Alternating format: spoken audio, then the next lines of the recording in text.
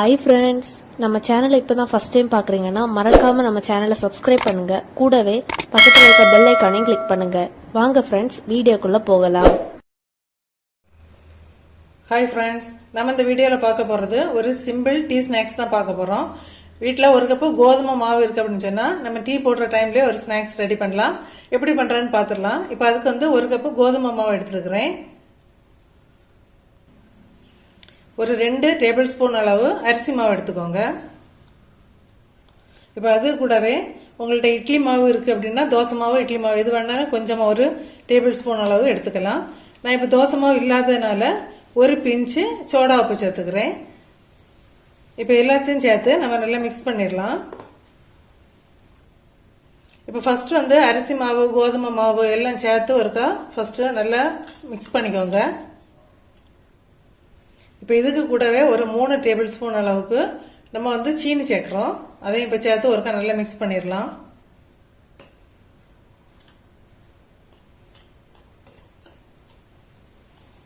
Mix பண்ணிட்டு இனி கொஞ்சம் கொஞ்சமாக தண்ணி சேர்த்து நம்ம மிக்ஸ் பண்ணி எடுக்க போகிறோம். இப்போ தண்ணி சேர்க்கும் போது ஃபர்ஸ்ட்லேயே நிறைய சேர்த்துறாதுங்க, கொஞ்சம் கொஞ்சமாக சேர்க்கணும். ஏன் அப்படின்னு சொன்னால் நமக்கு தண்ணி அதிகப்பட்டுச்சு அப்படின்னு சொன்னால் எண்ணெய் குடிக்கும். அது மட்டும் இல்லாமல் நம்ம சீனி சேர்த்துருக்கனால அது கரைஞ்சி அதில் உள்ள தண்ணியை நமக்கு கொஞ்சம் லூஸ் ஆகும். அதனால கொஞ்சம் கொஞ்சமாக தண்ணி சேர்த்து நம்ம மிக்ஸ் பண்ணி எடுத்துக்கலாம். இப்போ பஜ்ஜி மாவு பதத்துக்கு நம்ம மிக்ஸ் பண்ணி எடுத்துட்டு பார்க்கலாம். இப்போ பாருங்க, மாவு நம்ம கரெக்டான பதத்துக்கு மிக்ஸ் பண்ணியாச்சு. ஒரு 10லேருந்து 20 நிமிஷம் வெயிட் பண்ணலாம். இந்த டைம்ல உங்களுக்கு இனிப்பு தேவைப்படுது அப்படின்னு சொன்னா கொஞ்சமா கூட சீனி சேர்த்துக்கலாம். மீடியமான இனிப்பா தான் இருக்கும் நம்ம சேர்த்துருக்கிறது. இப்போ நம்ம பழம் சேர்த்து தான் பண்ண போறோம், அதனால பழத்துல உள்ள இனிப்பும் இருக்கும். அதனால நான் மீடியமா தான் சுகர் சேர்த்துருக்கிறேன். உங்களுக்கு கூடுதலா வேணும் அப்படின்னு சொன்னா நீங்க கூடுதலா கொஞ்சம் கூட சேர்த்துக்கோங்க. ஆனா தண்ணி சீனி போட்டா கொஞ்சம் இலகி கொடுக்கும். அதனால அதுக்கு தகுந்தாப்புல கொஞ்சம் பார்த்து மாவு மிக்ஸ் பண்ணி வச்சுட்டு ஒரு 10 நிமிஷம் வெயிட் பண்ணி தேவைப்பட்டா கொஞ்சம் கூட தண்ணி சேர்த்துக்கோங்க. நம்ம 10 நிமிஷம் கூட வெயிட் பண்ணிட்டு நம்ம அதுக்கப்புறம் ஃப்ரை பண்ண ஆரம்பிக்கலாம். நம்ம இப்போ மாவு மிக்ஸ் பண்ணி வச்சு 10 நிமிஷம் ஆச்சு. இப்போ இப்போ ரெடி ஆகிட்டு எண்ணெய் நம்ம அடுப்பில் ஊற்றி வச்சாச்சு. அதுவும் சூடாகிறதுக்கு முன்னாடி நம்ம இப்போ பழத்தை வெட்டி எடுத்துடலாம். பழம் இதை மாதிரி பழுத்த பழமாக எடுத்துக்கோங்க. அப்போ தான் டேஸ்ட் நல்லா இருக்கும். இதை விட எண்ணெய் கொஞ்சம் கூட கரெக்டாக கூட பரவாயில்ல, நல்லா இருக்கும். உங்களுக்கு என்ன ஷேப்பில் வேணுமோ நீங்கள் கட் பண்ணி எடுத்துக்கலாம். அப்புறம் ஃபுட் கலர் நான் மாவில் எதுவுமே சேர்க்கலை. உங்களுக்கு தேவைப்பட்டால் சேர்த்துக்கோங்க. நான் ஏன்னா கோதுமை மாவு எடுத்துக்கிறதுனால கலர் எதுவுமே சேர்க்கலை. இப்போ பழத்தை வெட்டிட்டு பார்க்கலாம். பழத்தை இப்போ நம்ம கட் பண்ணி எடுத்தாச்சு. நான் ஒரு பழத்தை ஃபுல்லாகவே கொஞ்சம் இதை மாதிரி சரிச்சு வெட்டி எடுத்துருக்கேன். பாருங்க, கொஞ்சம் கிராஸில் வெட்டி எடுத்துருக்கிறேன். இன்னும் ஒரு பழத்தை நேர 2 பாதியாக கட் பண்ணிட்டு இந்த ஷேப்பில் வெட்டி எடுத்துருக்கிறேன். உங்களுக்கு எந்த மாதிரி வேணாலும் வெட்டி எடுத்துக்கலாம். இப்போ நம்ம மாவில் டிப் பண்ணி எண்ணெயில் சேர்த்துடலாம். எண்ணெய் ரெடி ஆயிட்டு நம்ம இப்போ பஜ்ஜி போடுறது மாதிரி தான் மாவில் டிப் பண்ணி அப்படியே எடுத்து போட்டுடலாம்.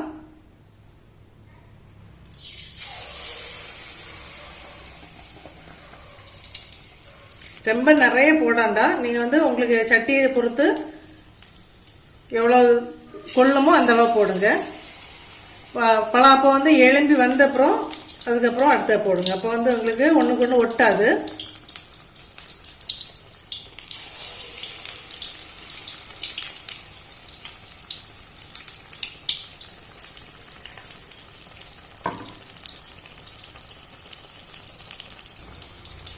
இப்போ பாருங்க, ஒரு சைடு நல்லா கலர் சேஞ்ச் ஆகி வந்துருக்கு. நம்ம அந்த டைம்ல திருப்பி போட்டுடலாம்.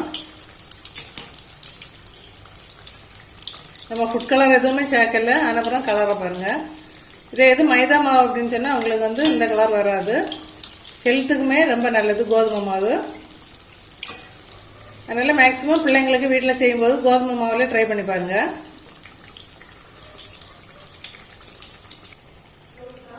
இப்போ 2 சைடுமே நல்லா கலர் சேஞ்ச் ஆயிட்டு பாருங்க.